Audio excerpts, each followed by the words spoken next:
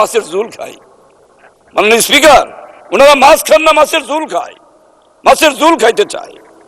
মাছের ঝোল খাইলে চলবে না, মাছ খাইতে হবে আগে। মাছ ছাড়া ঝোল হয় না, মাছ ছাড়া ঝোল হয় না। ওই শহীদ মিনার ছাড়া দেশ স্বাধীন হতো না।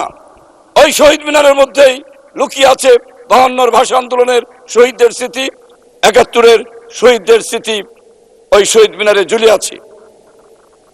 কাজেই আমরা এখানে সম্মান প্রদর্শন করি আর আপনারা সেখানে যেতে চান না কেন এটা আপনারাই জানেন, যাওয়া না যাওয়া আপনাদের ব্যাপার। তবে আমি মনে করব যে এখন আর এই হিসাব নিকাশ না করে আসুন, গণতান্ত্রিক দেশে গণতান্ত্রিক দৃষ্টিভঙ্গি যেটা আমাদের। মাননীয় সদস্য